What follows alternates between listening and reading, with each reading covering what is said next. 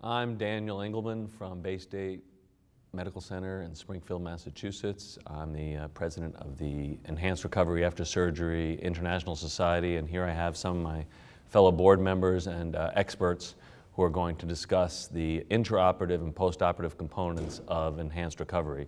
This is the second of a two-part series on enhanced recovery. I'd like you to introduce yourselves. So my name is Rakesh Arora from Winnipeg in Canada.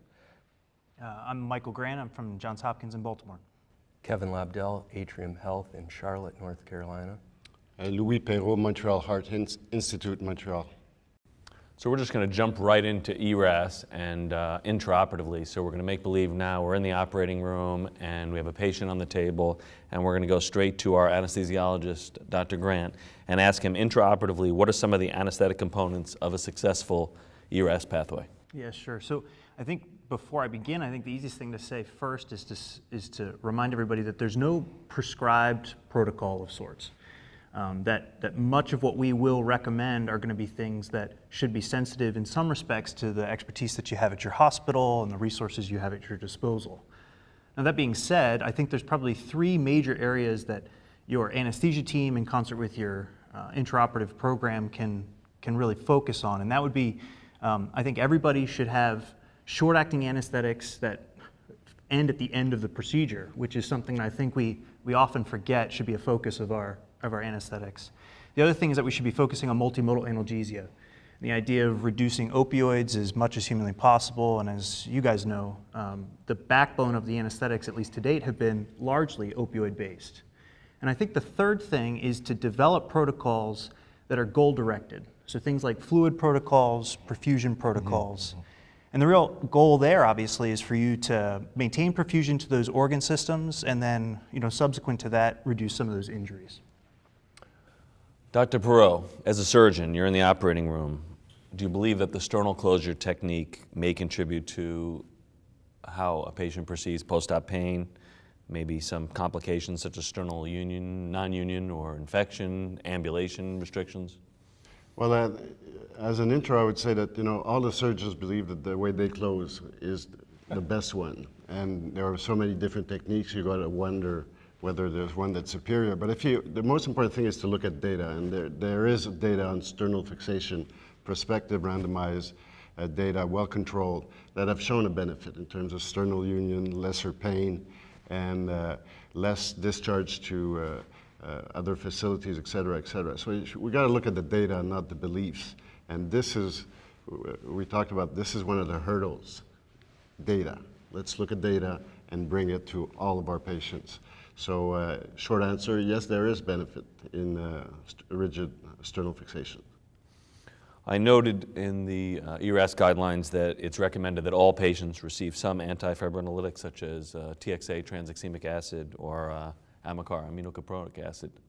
Is that widely practiced, do you think, across the North America or the world for that matter? Or do you think there are, for any of you, institutions that still may not think that's sort of the standard of care? Well, I think, it is standard of care, definitely. And I don't think there are many, at least in Canada, you can correct me if I'm wrong, but it's been a given for a long, long time. So this is one of the easy ones. I think the data shows that there's benefit and very little drawbacks. How about modification of chest tube management, given recent evidence that retained blood may contribute to increased atrial fibrillation, pericardial and pleural effusions? Has that changed the way you've managed things? Well, yes, it's very interesting because we've been draining the chest for the same way for such a long time, and all of us have complications associated with poor drainage. May it be late or early tamponade, pleural effusions, and there seems to be a link now with retained blood around the heart and post-op AFib, which is, no matter what you do, it's still hovering at least at the 30% mark. So I think that there is now new technology that enables chest tubes to remain patent, and there's data, pretty solid data, that shows that there is a benefit in terms of less retained blood complications and most likely less post-op AFib. So I think it's a simple way to prevent complications, and obviously this is ERAS, you prevent complications, recovery will be enhanced. Dr. Grant, how about the utilization of ketamine as an anesthetic agent? Is there a role in ERAS? Should we be using more of it? Benefits? What are your thoughts? Yeah, so I'll say in my own practice, ketamine is one of the basics. We use it for virtually all of our cases. And why is that? There's some data, at least in the past, that suggested there may be a benefit from a delirium standpoint. I think there are some recent studies that maybe question whether or not that's the case. But what we do know from particularly the spine literature, and I think you can use this in somewhat surrogate form for cardiac, that this really does allow you an opportunity to reduce some of the opioid burden, not only in the operating room, but then subsequent to the operating room as well. And if you think about it, this is a relatively cheap and actually quite easy thing to administer. And it's predictable if you use it in subhypnotic doses, so something that really won't have side effect profile for the patient, but then may have genuine, long-lasting benefits from an opioid-sparing standpoint. So let's sort of transition out of the operating room now. Now your patients arrived in the intensive care unit. Dr. Lobdell, are there any suggestions in how one might reduce the burden of acute kidney injury following cardiac surgery? Good question, and a major focus of our ERAS efforts. I think that the things that we can do largely relate to goal-directed therapy, which we touched on earlier in the operating room, but also, setting those standards in the ICU, how you're going to monitor them, how you're going to manage the threats, i.e. if we're not on track, that sort of thing. And then even some of the more novel methods to make diagnosis, like the biomarkers that are available. There's a lot of good work that's done not only in helping diagnose AKI, and then hopefully we're modifying our approach, but even looking at long-term outcomes and the risk associated with it. So I think the focus on kidney injury is something that we're finding incredibly important, because the risk is far greater than just the low urine output or even the change in creatinine that we may see. Dr. Arora, what are some of the ERAS components that you're most concerned about in the intensive care unit following cardiac surgery? So I think some things we've talked about: appropriate pain control, minimizing opioid use, postoperative nausea and vomiting, mobilization, and delirium is one that links a lot of these concepts together. So delirium is an acute confusional state characterized by features of inattention, changing levels of consciousness, and disorganized thought processes that has both in-hospital and long-term outcomes following surgery. And it's, I think, a really good example of how ERAS can target a problem that's very complex and ubiquitous, like delirium. At least 1 in 4 to 1 in 5 of our patients will have delirium after heart surgery. And part of that can be helped by looking preoperatively, looking at preoperative risks, things as age, previous substance use, long-term mental health conditions, previous delirium, et cetera. Identifying risk in those patients, communicating that to the intraoperative team, to the ICU team when they first come there, then working with your postoperative team to try to find ways to mitigate that risk. So your pharmacists in terms of doing a medical reconciliation, appropriate opioid use, mobilization, and then looking for it on a regular basis to identify when it occurs using a systematic screening tool.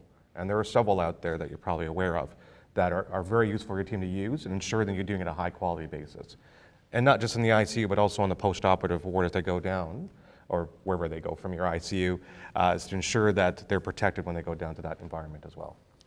Now that you've brought up the opioid issues, Dr. Grant, which multimodal pain meds would you recommend to reduce opioid utilization in the days following cardiac surgery? Yeah, I'd say we're at the point now where I think if patients aren't receiving standing, scheduled, things like Tylenol, gabapentin, just as a baseline, I think you're probably a little bit behind. And I'd say that if you want to layer on some of the, what maybe are considered a little more esoteric pieces, things like regional nerve blocks, you could add in ketamine on the floor, for example, again, subhypnotic doses. I think there are numerous options that we really just aren't using in our armamentarium. Now, one point that I think is important is that we have a black box warning around the use of NSAIDs, particularly for CABG. And I think that, despite what you may think about the literature that led to that warning, I do think that it's at least something that we should have conversations around. Does it make sense for it in your CABG population? But in particular, if you're doing a valve surgery or aortic surgery, I think that the use of NSAIDs in a scheduled fashion is also probably advisable at this point. Yeah, I would add in, though, that maybe we should be restricting that to patients that have shown no sign of kidney stress or kidney injury, because that's really the patients that seem to get into trouble with NSAIDs. So I think that's paramount. And you know, one of the things that came out of, again, some of the other surrogate literature and other service lines is that when we think about things like goal-directed fluid, if we end up on the restricted side of that and we actually potentially cause injury, the addition of something that would tax the kidneys on the other side is only going to exacerbate that problem. So I think that's a great point. It's like a two-hit theory. No question on the about kidneys. it. Yeah. Yeah.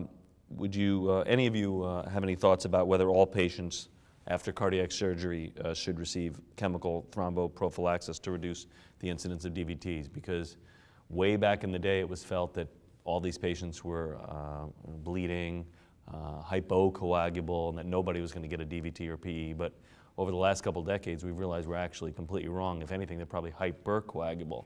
What would you say?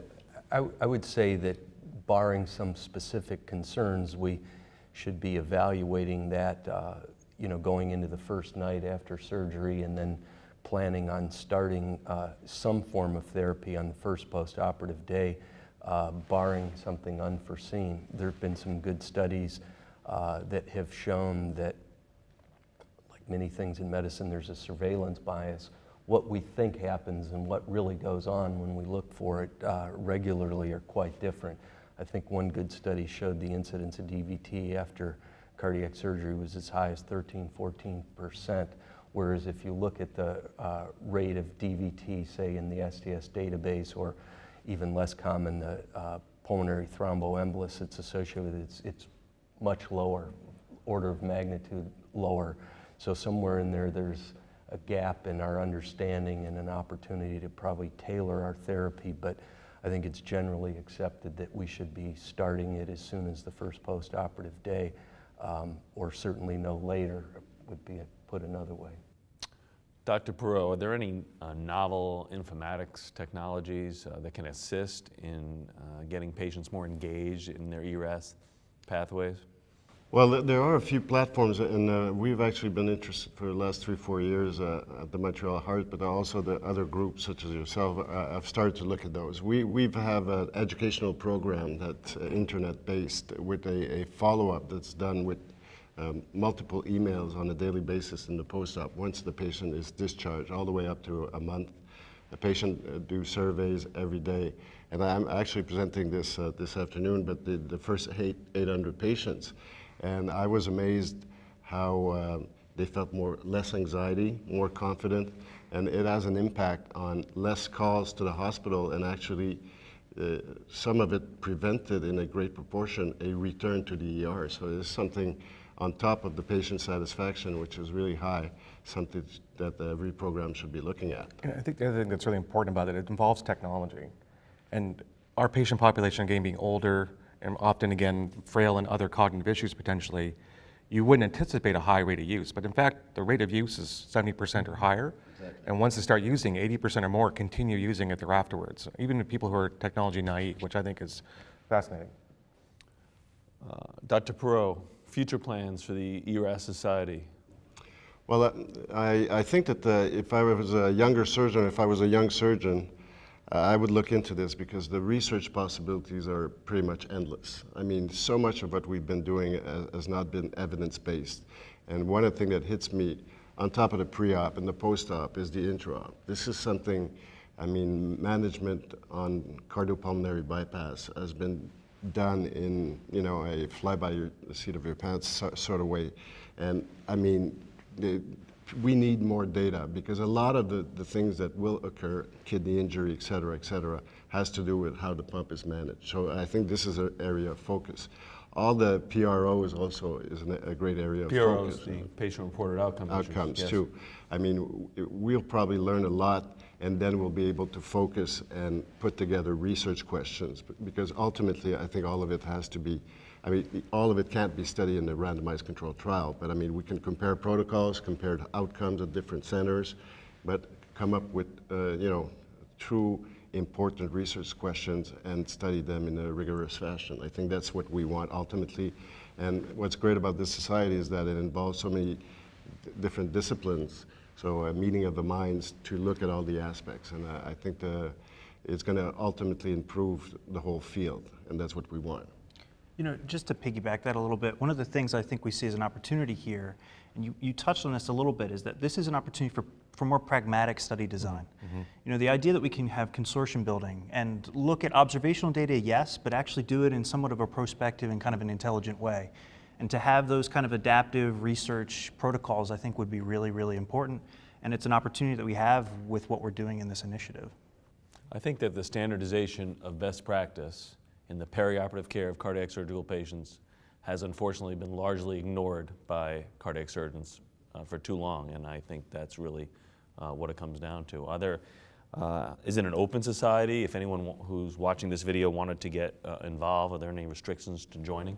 Not at all. I think we've been all very inclusive, and seriously, anybody that has near or far some kind of contact or some kind of input, nutritionists, et cetera, with cardiac surgical patients are welcome. And I mean, this is, I think, one of the strengths of this society is the openness and the inclusiveness. And again, some professionals that I don't even think about will come up with angles that surgeons never even considered. So I think that's very important, to be as inclusive as possible. Yeah, and I think, you know, that point, ERAS is really a team sport. You need the entire team that really touches the patient, different components to contribute, perhaps in their own way as well. Including the nurses, Yeah. Physiotherapists, pharmacists, OT, et cetera. respiratory therapists. I agree. It's a multidisciplinary game, and everybody is welcome to join and invited, and we need all their help. I'd like to thank this panel for joining us, and this is part 2 of our 2-part series on enhanced recovery after surgery. This is the intraoperative and postoperative components. Thank you.